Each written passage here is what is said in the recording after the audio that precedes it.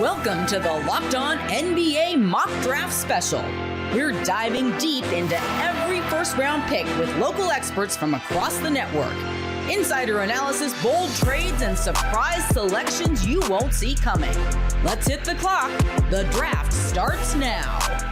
Welcome to the Locked On Podcast Network 2025 NBA Mock Draft, the most comprehensive first-round mock draft anywhere. Over this 6-episode series, you will get analysis from every level: college, international, NBA, team, and league coverage, everything. We have it for you. You can find it all 6 episodes in this series on Locked On NBA and the Locked On NBA Big Board channel on YouTube or wherever you get your podcasts.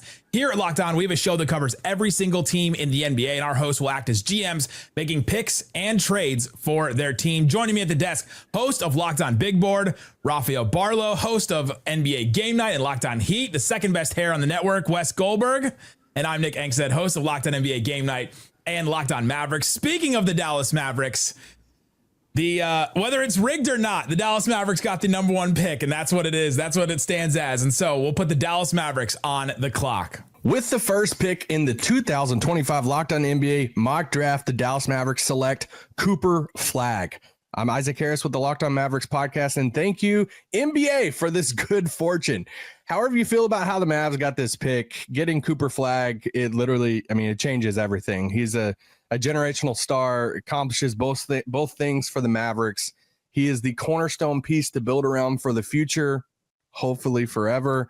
And he is so good now that he's going to help this core of Kyrie Irving, Anthony Davis compete for a championship next season. Anytime you have a chance to get a prospect with the names like Kevin Durant, Kawhi Leonard, Jason Tatum being thrown around as comps, you don't think twice. We didn't think twice about making this pick for Locked On Mavs. It's Cooper Flagg. You don't entertain any other trades or prospects.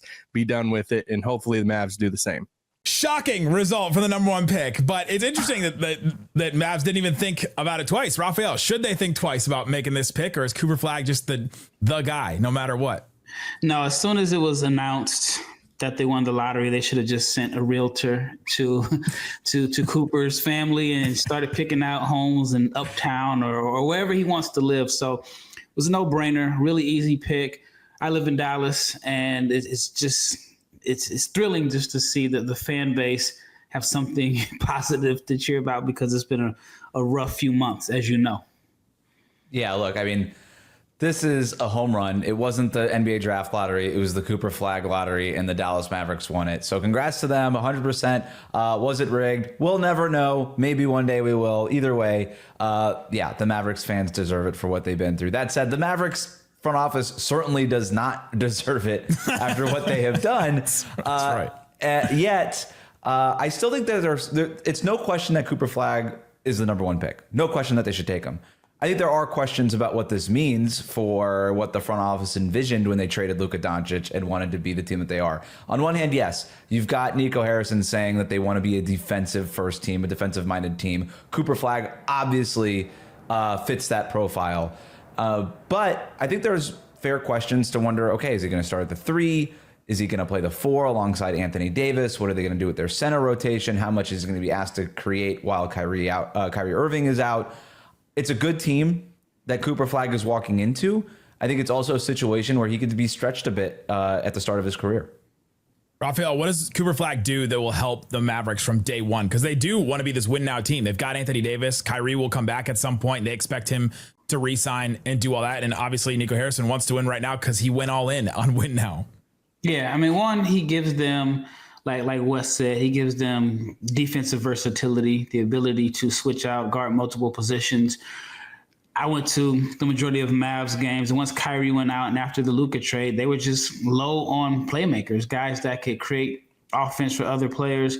And so that's one of the things that Cooper does well. He's a very, very good connective passer, but he can make plays out of ball screens. He gives them a boost in athleticism. He helps out in a variety of ways. That's the thing I've heard about him the most, is just the variety of so many different ways that he impacts the game, that there's not like one elite skill that he's coming in having, but it's just all the different things that he adds. And then his winning mentality too is the thing I keep hearing about the most, that I've read from your NBA Big Board site about, and all kinds of different places, about how he just wants to win. And that's the bottom line for him. And coming in, that's what you want to hear from your number one pick. You don't want to hear any like complacency. You don't want to hear any, I deserve this, that kind of thing. It doesn't seem like there's any of that from Cooper Flagg. And so to have that as the number one pick, it changes the Mavs' fortune, obviously, insanely well. Like Wes said, front office doesn't really deserve this because they traded away their future for a better present. At least that's what they pitched to the fans and to everybody. And then the fans responded accordingly to that statement. But now you reset the timeline for the Mavericks, that after this run of Anthony Davis and Kyrie, will probably have like a 3-year window with those guys. Then you have another run after that, which is going to be Cooper Flagg's entering his prime years. Right. And as we've seen, the 2 timeline approach always works 100% of the time. And so they're light years ahead. Has anybody used that phrase before? Right. So Dallas does kind of have their cake and eat it too, after they kind of took the first cake and threw it out the window. We traded it for a different cake. They traded it for like a cookie cake. It's like, yeah, a cookie cake that crumbles, right? It's just all the time. You're just like, oh, this seems really good. Oh, it broke again. My question to Raphael is, you've seen Cooper Flagg prior to Dallas winning the lottery projected as mostly a 4. And can he play the 3? And can he play the 3 specifically in this context where, yeah, the Mavericks are going to start games really big, but I do think, will teams respect Cooper Flagg's outside shot from the jump? And then if he's playing alongside Daniel Gafford or Derek Lively plus Anthony Davis, it doesn't feel like there's a lot of spacing on the floor. Maybe that doesn't even matter. Well, he shot 38% from 3. And coming into his freshman year, I saw him more as a 4. And actually going back before that, I thought his NBA role was going to be as a play finisher, but he's continued to just add to his game, whether it's as a 3-point shooter, whether it's as a ball handler, whether it's as a playmaker out of ball screens. And so I think that he can play the 3, especially if the shooting numbers are real. Again, I don't think anybody, even the most optimistic Cooper Flagg fans, did not see him shooting 38.5% from 3. So if those numbers are real, you'll take that. You'll take that as a guy that can not only space the floor, but attack closeouts, draw 2 defenders, and find the open man. So if the shooting is real, then I don't think there's any problems with him playing the 3. The easiest one, Cooper Flagg, the number 1 pick to the Dallas Mavericks. Still an incredible thing to say. Cooper Flagg is the best player in this NBA draft, period. I'm JJ Jackson of Locked On Blue Devils, here to tell you why the hype is justified for this soon-to-be number 1 pick in the draft. Cooper Flagg, great size, 6'9", over 200 pounds. Flagg can hold up physically down low while maintaining his perimeter fluidity. His jump shot is pure, especially from the mid-range, and his ability to both catch and shoot and isolate make him adaptable in all situations. His experience with Team USA last summer prior to the Paris Olympics, before he ever even played college basketball, was invaluable and had NBA personnel already salivating over what the pride of Maine was going to be. Flagg's motor is high and the defensive chops of a winner he's got, averaging a block and a half and a steal and a half per game while playing at Duke and leading them in every offensive category. Cooper Flagg is one of the rare prospects with automatic Hall of Fame potential. The only question is who's going to be lucky enough to draft him first overall. Cooper Flagg is the real deal. He is the main event. For more Duke basketball news and notes, make sure you check out Locked On Blue Devils. First pick was obviously easy. The second pick, a lot of people think is a layup as well, and everybody knows what it's going to be. But let's hear from the Spurs. They're on the clock for pick number 2. The second pick in the 2025 Locked On NBA mock draft, the San Antonio Spurs select Dylan Harper out of Rutgers. I am Jeff Garcia with Locked On Spurs podcast. Yes, I'm going to add another guard to the Spurs' already solid guards of Castle and De'Aaron Fox. You got with Harper another shot creator, another guy that can just score off the dribble, facilitating pick and roll situations with Wembayama. Adding another big guard to the lineup, 6'4.5", 6'10" wingspan. He's able to be a crafty scorer that allows him to both play on and off the ball, fitting San Antonio's unselfish style, and it furthers the commitment that the Spurs are doing to positionless basketball. Harper's style pretty much fits in with the Spurs' driving kick, ball movement, heavy offense, which maximizes Wemby's ability to pull up from deep or dominate inside. That's how Harper is going to fit in. This is a good problem for the Spurs to have. Another scoring combo guard It's going to create a lot of problems for the Spurs opponents. Harper just makes all the sense. This is a situation where you have to pick the best available player regardless of position. That's where Harper fits in. He's going to do well in San Antonio moving forward, and it might help them get out of their rebuild even faster. This is Jeff Garcia with Locked On Spurs. Subscribe to Locked On Spurs wherever you get your favorite podcast. Dylan Harper going to the Spurs. Raphael, is this the right pick? It's the right pick. I don't know if it's the right fit. I like Harper. To me, he's the second best player in this draft. But with the Spurs bringing in De'Aaron Fox at the deadline, which he only played a few games, so it's easy to forget that he is a San Antonio Spur. And then Stephon Castle made a big jump once Fox went down. Those are two guys that aren't really great shooters, but are best with the ball in their hands. And I don't know if it's the best ideal fit for Dylan Harper. Ideally, if you're a point guard and you're going as the number 2 pick in the draft, you want to go to a situation where you have the keys early. And in this situation in San Antonio, that will not be the case. I don't know if the Spurs are going to keep the pick or not, but if you're the Spurs, you're glad to have Dylan Harper. But if you're Dylan Harper, you got to be a little bit concerned about the fit. I like that our Locked On Spurs host did not overthink this. Harper is the best player left on the board. Just take him. He's definitely an on-ball guy, though, to Raphael's point. And he could play a little bit off the ball. So can De'Aaron Fox. But obviously these guys need the ball in their hands. They're going to have to figure that part out. I do think this is great for Stephon Castle, who could be more of a complementary player on offense and do all the things on the perimeter that he does defensively. But you do wonder what this means for San Antonio, right? If they do indeed take Dylan Harper, they just traded for De'Aaron Fox in part because Fox wanted to be in San Antonio, but now you have all these 2 on-ball guys. We saw what Sacramento did when they had 2 on-ball guys. They eventually traded one of them.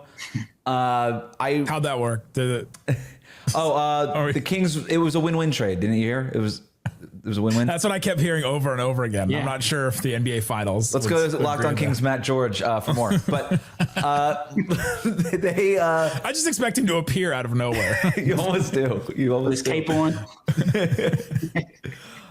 But yeah, you wonder now if San Antonio knew they were going to get the number 2 pick and that they would have been able to take Dylan Harper, would they have traded for De'Aaron Fox before the trade deadline? My guess is probably not. Maybe because they didn't give up that much for De'Aaron Fox, all things considered. But it is a little bit of a clunky thing, and it could force them to make a decision down the road. But at the same time, look, this team's really young, best player on the board. You take them, you figure it out later. It's the right pick. They are kind of doing that 2 timelines thing too. But I mean, like how far is Dylan Harper away from being a real impact player in the NBA? I think he can be. He just needs to be given the best opportunity to succeed. And I just don't know if that's the case in San Antonio. But if I'm the Milwaukee Bucks, I'm telling San Antonio, hey, take Dylan and let's figure things out later on, because that's an ideal fit for Dylan Harper if there's a chance that there's a trade for Giannis and he goes to a rebuilding team. That's not the ideal fit. We don't need that. We don't need all the teams in the West to have all the best players. Like some of them can, from a draft perspective. Some of them can stay. Some of them can stay in the East. It was okay when Dallas got Cooper Flagg, but now we have to draw the line. Now that's right. That's right. That's exactly right. That's exactly why it's here. Oh man, Dylan Harper, the obvious pick at number 2, and that's where everybody has all their mock drafts. That's where it goes here. Dylan Harper going to the Spurs. Dylan Harper would be considered a lock to go number 1 in almost any other NBA draft. He has that kind of upside. I'm Andy Patton, co-host of the Locked On College Basketball Podcast. Harper is a 6'6" guard with elite scoring instincts, averaging nearly 20 points per game in the talent-rich Big Ten Conference. Yes, Rutgers was not very good last year, but do not let that fool you. Harper has future NBA All-Star written all over him. Harper can get to his spots with ease. His athleticism absolutely plays up at the next level. He is also a gifted passer and a strong defensive player. And while the outside shot could use some fine tuning, most believe he will find his way into becoming an above average 3-point shooter as well. Harper is not just a consolation prize for missing out on Cooper Flagg. He is an elite prospect in his own right who should be a fixture in the NBA for years to come. Coming up, pick 3 of the Locked On NBA mock draft. Do the Sixers go with consensus or do they go with a wild card here? Who do they go with? We'll find out. Today's episode is brought to you by FanDuel. Go check out FanDuel. See all the great stuff that's available for the NBA draft. Right now, Cooper Flagg minus 100,000 to go number 1 overall. Seems like that's going to happen. Dylan Harper minus 4,000 to go number 2 as we're recording this. VJ Edgecombe, the favorite right now to go number 3, minus 125. Ace Bailey plus 230 right after him. Then Trey Johnson plus 460. To go number 3 overall. So there's a bunch of stuff like that. There's a whole bunch of other odds that you can get on FanDuel. You can get them all throughout the NBA Finals if they're still going. You can go through NFL futures as well. WNBA, great stuff on there all the time. And if you're new to FanDuel, it's the perfect time to sign up. That's right now. Head to FanDuel.com. Place your first $5 bet. If that one wins, you get $200 in bonus bets. So put that down on something you think is absolutely going to hit no matter what, because you win whatever you get from the $5. Then you also get $200 to use on basically anything else. Make every moment more with FanDuel, official sports betting partner of the NBA. Please gamble responsibly. The number 3 pick went to the Philadelphia 76ers, who were a little shocked there. Got a little bit of a reward after a crazy season from hell. Let's see who the Sixers pick with the 3rd pick here. With the 3rd pick in the 2025 Locked On NBA mock draft, the Philadelphia 76ers select Ace Bailey, Rutgers University. Hey, Mark Farzetti here from Locked On 76ers, and Ace Bailey is that perfect combination of best player available, most likely at number 3, and best possible fit for now and down the line with the Sixers. You talk about someone goes 6'9", 6'10". You talk about shot-making ability from the outside, the ability to crash the rim as well and drive the lane hard, the ability to create his own shot. That's what he brings to the table. Then you're also talking about a guy that can help you now with Joel Embiid and Paul George if they're able to get to anything close to an all-star level of play again and be healthy by the time the playoffs roll around. But then you also talk about potentially building this team down the line around Tyrese Maxey. Then you're going to want somebody of Ace Bailey's size and abilities to complement the game of Tyrese Maxey. Ace Bailey to the Philadelphia 76ers, Rafael Barlow. People are comparing him to Tracy McGrady. Is that who the Sixers are getting with this 3rd pick? They hope so. I mean, they hope so. I don't see the T-Mac comparisons, but Ace is enticing, really gifted athlete. Wasn't as tall as he was listed as. They had him listed at 6'10", but I've talked to different scouts, and they said anybody who watched him in person, you knew that he wasn't 6'10", but one of the more talented shot makers in this class. I don't know if I would have made this pick at Philly. I think Trey Johnson would have probably been a better option since he's the more efficient shooter, but you can't go wrong with Ace Bailey. And I think for him, it's a good situation where he can learn from Paul George, but Philly's just in a tricky situation. I mean, are they looking for someone that can come in and help them win now? Because you talk about unique timelines. You have Embiid, who's on borrowed time. You have Paul George, who's on the wrong side of 35. Those are your 2 highest paid players. So there has to be some sense of urgency. And one of the consistent things you've consistently heard about Ace is upside, upside, upside. How ready is he to contribute right away? I don't know. I think this is a fascinating pick for Philly because of all the things that Rafael just laid out. This is a team that's on 2 timelines, but if we're being honest, they're kind of on 1 timeline, and it's the future timeline. Unless you just think that the miracle is going to happen and be some miracle Embiid season where he's back and Paul George has this huge bounce back year. And look, there's definitely talent there. You still have Tyrese Maxey. Jared McCain looked great before his injury during his rookie season. But really, you're playing for the future, and this allows them to do that, right? If you're projecting forward in Philadelphia, it's a team that is centered around Tyrese Maxey, Jared McCain, and now Ace Bailey. So you've got your 2 guards, you've got a wing with some size there, and then you figure out the rest. But it's a fascinating thing. And I don't know that if you're Philadelphia, the best case scenario for next season involves a rookie contributing in a major way anyway. So the fact that Ace Bailey can't contribute or won't contribute right away might not matter ultimately for a team who, if we're being honest, their best prospects are probably looking long-term anyway. Are they really playing for the future? Just last summer, I mean, they paid Paul George, $200 million. They signed Embiid to a big extension. To me, that is all in on trying to win a title now, especially with the parity in the NBA, with Boston going to be down, with Tatum out. I think they have to go all in on a championship right now. And yes, you may have to sacrifice the future a little bit, but if I'm Philly and I see the Pacers in the finals, I'm going all in on a championship. Unless they're like getting Dr. House, or unless they're bringing in like Rey or Grogu that can do the force healing thing in the new generation of Star Wars. Like, I don't know that you can go all in right now. Like, they tried last year, and the reason why it didn't work is that it failed because of those guys are hurt all the time. And I just, man, I think I'm with Wes that they have to just look at the future. They'll try it, and they have like a top 3 player in the NBA when he's healthy, but we just always will ever say when he's healthy. And he's not playing back-to-backs anymore. So yeah, you just got to trail water. First one to tell you. No, and the good thing about kind of doing it this way is that all these guys are on rookie scale contracts. They're really cheap now, while all your old injury-prone guys are really expensive. You might get to a point in 3 years now where things start to overlap, but hopefully by then you can make some moves. And I don't know, maybe by then you do get like your lightning in a bottle year between now and then, and it all works out for you, like it always does for Dallas.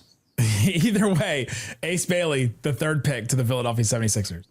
Ace Bailey is a phenomenal talent, but due to some parts of his game that need refinement, is it worth spending a top 5 pick on a player who's not ready to be a bona fide star from day one? That's the question that teams picking 2 through 5 in the draft after Cooper Flagg goes number 1 are going to have to answer. There's also the why wasn't Rutgers better with 2 top 5 draft picks question. Now, as for Ace Bailey, he can pull up from anywhere and hit anything. His talent as a shot maker is one of the best coming out of the college ranks that I've seen in a long time. His size and length and athleticism scream prototypical NBA wing, but Bailey has a lot of growth when it comes to decision making and handling the basketball. To balance his offensive giftedness, I was impressed by the strides and desire Bailey took defensively in his lone year at Rutgers. Those physical, God-given attributes should translate to great success defensively if he continues to apply himself. There's also the potential for playing multiple positions in this positionless age, which is great when that person is 6'10", 210. If Bailey can become a more consistent shooter, make better decisions, grow in his handle, and keep making strides defensively, the sky's the limit. The 4th pick, the Charlotte Hornets, were frustrated that they fell all the way to 4. The luck doesn't seem to ever go their way in a lot of different instances. But 4th pick, Charlotte Hornets, let's see where they go with this pick. With the 4th pick in the Locked On NBA mock draft, the Locked On Hornets podcast selects VJ Edgecombe out of Baylor. Now, we did make some calls to Locked On Spurs to try to move up to number 2 and select Dylan Harper, but those calls were not returned, and that could reflect what happens to President of Basketball Operations Jeff Peterson in the real world. So instead, we play it safe. We take Edgecombe. The Hornets need a lot of things. They need defense. They need athleticism, particularly on the wing. They need somebody that can get downhill. And there are a lot of good wing prospects around this portion of the draft, but I think we think VJ Edgecombe checks the most boxes. And so we'll play it safe. We'll take Edgecombe. We'll improve the wing defense and then try to address some of the other woes, including shooting and some big help later on in the draft. VJ Edgecombe going to the Charlotte Hornets. Raphael, what are the Hornets getting in Edgecombe to add to the core, I guess, of Brandon Miller, LaMelo Ball, ?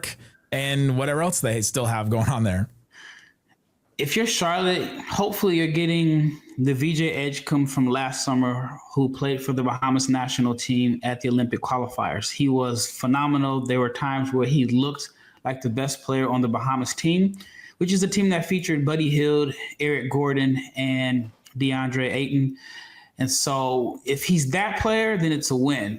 Baylor was a little bit up and down. He wasn't an efficient finisher at the rim, despite being arguably the most athletic player in college basketball, at least in the draft. The shooting is okay, but you have to hope, like Baylor was kind of holding him back, that he wasn't playing to his full potential at Baylor, especially early in the year where they kind of had him playing out of position. But I think for VJ, this is a really good fit for him, simply because I don't think he's that franchise guy. I don't think he's the guy that you give the keys to your franchise and expect him to carry you to the playoffs early in your career. In Charlotte, he could be their 3rd best guy or their 4th best guy, depending on where you see Miles Bridges. And I think that allows him to fit in, play off the ball, and make an impact. But it doesn't matter what happens. Charlotte just needs to be healthy. I like this fit for Charlotte. I like the fit for Edgecombe too, to Raphael's point. He's not really he's not a number 1. He's not your lead ball handler. He's not a point guard. He doesn't have to be, because he's playing with LaMelo, who obviously is that too. And I love this for the Hornets because you're getting this top-notch physical athlete to go with some of their more skill-based players like LaMelo and Brandon Miller. right? I think Charlotte would be fair to characterize them as a finesse team. Edgecombe can defend, he can hit your open threes, but he's some muscle and he's some athleticism that I think that this team really needs, especially if they want to kind of get up and down more, like Charles Lee wants to play. He's going to have to make threes at the NBA level for it to work, but I like him as a fit in between LaMelo and Brandon Miller, both positionally and trait and skills wise. I just every time you said that they were a finesse team and they need more muscle, I just imagine Grant Williams he's like, I'm here. What are you talking about? Now, guys, I'm here.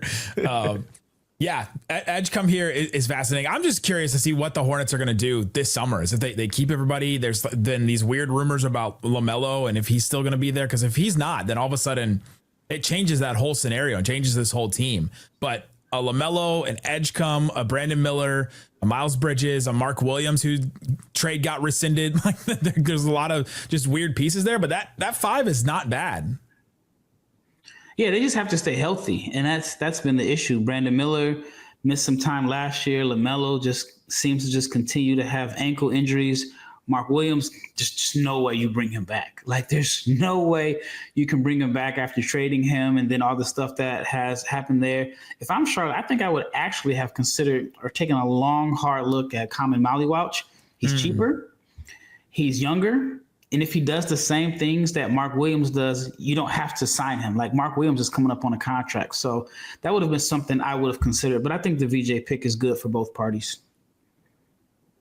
VJ Edgecombe, the pick to the Hornets at 4. VJ Edgecombe is the most highlight reel ready prospect in the 2025 NBA draft. I'm Cam Stewart of Locked On Baylor, and trust me, VJ is going to be worth your ticket price. Just him alone at over 15 points a game, 6 rebounds and 3 assists in the toughest college basketball conference in America as a true freshman. The guy's motor and athleticism are through the roof, really only equaled by Cooper Flagg in this NBA draft class. He has got length, a long wingspan for a guard, which gives him the potential to be a great perimeter defender in the NBA. His shooting got better as the season went on, and he is explosive at getting to the basket. The blocks, the putbacks, the alley-oops, the dunks. He was a mainstay on SportsCenter's top 10, and he will be lighting it up and rocking the rims in the NBA in 2025. Coming up on the Locked On NBA mock draft, pick 5, the Utah Jazz. Who do they go with here? A guard, a wing? We got some great names on the board still. Find out who the Jazz pick at 5 coming up. Today's episode is brought to you by Monarch Money. I enjoy Monarch Money. I use it all the time because you have so many different kinds of financial things now. There's like stuff floating all around. And as you get older, you get more and more. You get a 401k, you get a mortgage, you have student loans, you have different credit cards for different things. You have a savings account over here, a high yield savings account over there. You've got all this different stuff. And you have to figure out a way to manage it all in one spot. Monarch Money is just that, but it's not just a budgeting app. It's a complete financial command center. You can track all your accounts, investments, and spending all in one place so you stop managing your money and start building wealth. They also have surprising insights. You can say, like, I want to buy a house, or I want to do this, pay off debt, different things like that. They'll give you certain steps based on where you stand and all that kind of stuff. I love that. The all-in-one convenience is great too. Take control of your finances with Monarch Money. Use the code LOCKEDONNBA, all one word, LOCKEDONNBA, at monarchmoney.com for 50% off your first year. That's monarchmoney.com. That code is LOCKEDONNBA. You get half off your first year, 50% off the entire first year with Monarch Money at monarchmoney.com. Code LOCKEDONNBA. With the 5th pick, the Utah Jazz, who had the best odds to get the number 1 pick, fall all the way down. I can still see David Locke's sullen, sad face during our live stream when we did the lottery. I think that was the most angry he's ever been at me, and it wasn't for something that I did. But the Jazz have the number 5 pick, and where do they go with this? With the 5th pick of the 2025 Locked On NBA mock draft, the Utah Jazz select Trey Johnson out of Texas. I'm David Locke of Locked On Jazz, and the draft board has fallen really exactly how the Jazz would want. Obviously, we're interested in Ace Bailey or interested in VJ Edgecombe, but Trey Johnson will score 20 points a game in the NBA. Rafael Barlow on Locked On NBA Big Board actually said he thought he'd score 25 a game. This is a bona fide shooter, nearly 40% in college, a great free throw shooter, played point guard in high school, will be the lead guard of the Utah Jazz moving forward. It is a major piece in this rebuild. We had a tumultuous week. We talked about a Zion Williamson deal. We've got deep into conversations with Orlando, but the board has fallen probably as the Jazz would like. They were interested in Ace Bailey or VJ Edgecombe, but Trey Johnson is the pick, and the front office is ecstatic for the first time since the lottery. Trey Johnson, the pick to the Jazz. Raphael, you thought that the Sixers should potentially grab Trey Johnson. You like him better than Ace Bailey. Hear me out here. They both were freshmen. The SEC was the toughest conference in NCAA history, just based off the number of teams that went into the NCAA tournament. Texas made it to the first four, but Johnson led the SEC in scoring as a freshman. He shot 39% from three on 6 attempts per game, but it was a heavy volume of contested threes. Didn't have anyone really setting him up. His Texas team was better in the SEC, which is better than the Big Ten, and he is a gifted shot maker, much better passer than he's given credit for. So I think for a team like Philly or any team, at the minimum, you have a dead-eye outside shooter, but you also have a guy that can create his own shot, get buckets. And if you really watch this film, he can make all the right reads as a passer, whether it's making plays out of ball screens, hitting cutters, passing the ball ahead in transition, and finding a lob threat. Maybe I'm a little bit biased because I've been watching him since he was in 10th grade when he scored 40 points against Casey Wallace, who's a pretty good defender. But for Utah, to have Trey Johnson at 5 is probably the best consolation prize, in my opinion, outside of maybe Dylan Harper. Yeah, look, the Jazz, to Nick's point, they wanted a number 1 pick. They wanted one of these top picks. They didn't get it. So you need a star. This is the guy with the most star potential left on the board. You take him, and you take a swing here. To Raphael's point, there is some playmaking stuff, but again, to Raphael's point, you really have to watch the film to see some of the playmaking stuff sometimes, because it wasn't necessarily his role at Texas. There wasn't a lot of stuff on film there, but I'm with him. I think that there's flashes. I think it's there. I think he's got size. He's got athleticism. He could shoot the ball. My only concern with Utah is you've already got Keontae George there. You just took Collier there last year. It doesn't mean that you can't take Trey Johnson, but for the Jazz, and by the way, Trey Johnson projects much higher than George or Collier did when they were coming out. But at the same time, they haven't had the best luck bringing in these rookie guards and then developing these rookie guards. You'd hope that they at least handle the Trey Johnson thing a little bit better. They're just in a unique situation. They've had 4 first-round picks since trading Gobert and Donovan Mitchell. Taylor Hendricks had an injury. Mm-hmm. Keontae was the 16th pick. Bryce none of them this high. Yeah, none of them have Cody been Williams, this right? high. Cody Williams, he really struggled. He struggled last year. But he was like the 10th pick, right? So this is the highest one they've had. But I think you have to go with someone that is the opposite of Cody Williams. Cody Williams was not aggressive last year. He was not assertive. He was, just floating around. So I think if you draft a guy like that the year prior, you have to go in the opposite direction. You have to go with someone that is aggressive. And one thing about Trey Johnson is there's not going to be minutes where you don't notice him on the floor. He's going to make something happen. Wes said that Trey has the highest upside as potential star left on the board. Do you think that's true? Yeah, I think it's true. If he's Devin Booker or Tyler Hero, that's a win. If you look at their scouting reports coming into the NBA, a little bit similar to Trey Johnson's. Questions about their passing, questions about their athleticism, and people said they could score. So I think there could be some similarities there. I remember when Tyler Hero was untouchable in a Damian Lillard trade. Miami won that one. And ended up. They did. Thank you. See, more podcasts with me and Raphael. I like this. The number 5 pick, Trey Johnson to the Jazz. Trey Johnson is a walking bucket. What's up, guys and gals? BK with Locked On Longhorns here, telling you about maybe the best scorer in this year's draft. Trey Johnson, as a true freshman, led the SEC in scoring a season ago, averaging close to 20 points per game. Remember, the SEC, the best conference in college basketball history this past year. Trey Johnson stood alone atop the league. He is a true 3-level scorer. He can hit threes. He can make from the mid-range. He can slash and finish at the 10 as well. He's also a great free throw shooter to boot. This game has always been about getting buckets, and Trey Johnson can get you some buckets. He's an emotional player. He wears his heart on his sleeve, but man, when he gets hot, he is tough to stop, and he is going to make one fan base very, very happy at the next level. For more on the Texas Longhorns, subscribe to Locked On Longhorns on YouTube or wherever you get your podcasts. With the 6th pick, the Washington Wizards, talk about good things not happening to a franchise. They fall all the way to 6, and here's where the Wizards decided to go with their pick at 6. With the 6th pick in the 2025 Locked On NBA Mock Draft, the Washington Wizards select Jeremiah Fears, guard, Oklahoma. I'm Abdullah Ayyubi with the Locked On Wizards podcast, and a big reason why we're going with my boy Jeremiah is the playmaking ability. This man is a very high-tempo guard, and we pair him up with a guy in Bub Carrington that I'm really high on, so you have a potential dynamic backcourt that can definitely change the trajectory here in Washington, and a guy like Fears who can definitely be the reason why you're a high, fast-paced offense. And a lot of people are concerned about his shooting ability, but I think he can definitely work on it and get better at it. I think you can question his size, but can you question how explosive he is?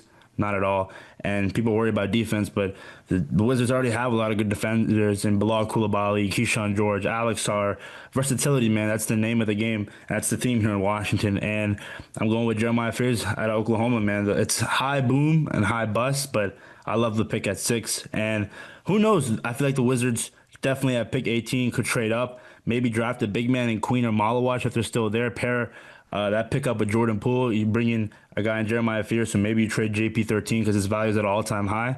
We'll see, man. We'll see. The signing out. Head to the Wizards. Rafael, they already have Bub Carrington. Is Jeremiah Fears a good fit there, or are they just taking best player available? Yeah, I think Jeremiah Fears is a good fit. A little bit different than Carrington. Carrington doesn't put a lot of pressure on the rim, and that's what Fears does. There was a game I watched him get 2 feet in the paint, like 7 or 8 possessions in a row. And I don't know if he's the youngest. If he's not the youngest, he's probably like one of the 2 or 3 youngest players in this draft. We're talking about a guy that reclassified up. He should just be finishing his senior year of high school, but instead he's preparing for the NBA draft. 17 points per game, 4.1 rebounds, 4 assists per game in the SEC. He carried this team to the NCAA tournament. And one of the things I look for in players when I'm, just thinking about star potential was how much respect does he have from his teammates? And there were times late in the season when Oklahoma needed a win to get to the NCAA tournament, and their seniors, their veterans, gave him the ball and got out the way. And so I like those intangibles, especially from a kid that was supposed to be in high school. So I think he has real star potential. One of the things I look for in terms of star potential, too, is how cool of a name do you have? And does it sound like a star name? And Jeremiah Fears definitely has a star name. Look, the Jazz took the guy with the most star potential left on the board when they took Trey Johnson. He's off the board. The Wizards now take the guy with the most star potential left on the board with Jeremiah Fears. Are we going to do this the whole time? Is the next pick? The next? This will be my analysis for every pick. And with the 30th pick, the Clippers take the guy with the most star potential. with the first 29 guys off the board. I think this makes a lot of sense. The Wizards obviously wanted to be up higher in this draft. They're not. They also have a bunch of guys who you like, but nobody who projects as a number one. Even like if things work out, nobody that really is number one guy on the ball, making plays for the rest of his offense. To Raphael's point, the guy that you're looking at in terms of clutch time, need a bucket, go to this guy. So I like the swing here. I also like that they can ease him in with Jordan Poole there, who had a sneaky, pretty good season for Washington last year, was a little bit more responsible with the basketball than he was his first year in Washington. So you got Poole there.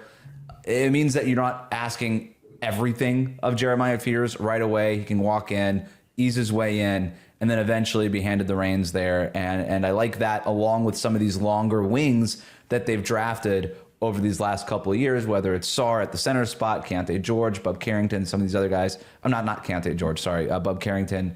They got some other names there. Keyshawn George, thank you. I knew it was close. Jeremiah Fears makes sense with that mix. They have hit on like a bunch of draft picks recently, it feels like. Feels like they hit on. And even Coulibaly, yeah. Yeah, it just feels like they're a star player to build around away, but they've already built, like it's like they've already built, like if you build it, they will come. Like they eventually, that star will get there in some way. Maybe it's in the draft next year, but an interesting pick for the Wizards, and we'll see what happens with them going forward. That wraps up episode 1 of the Locked On 2025 NBA Mock Draft. We still have some good players on the board. Con Knipple on the board. Common Malawach, you mentioned, Raphael, earlier, still on the board. A couple of good guys on the board. Some star potential. Where will they go? Star potential at every pick. Find every episode of Locked On 2025 NBA Mock Draft on Locked On NBA's channel and Locked On NBA Big Board on YouTube, wherever you get your podcasts.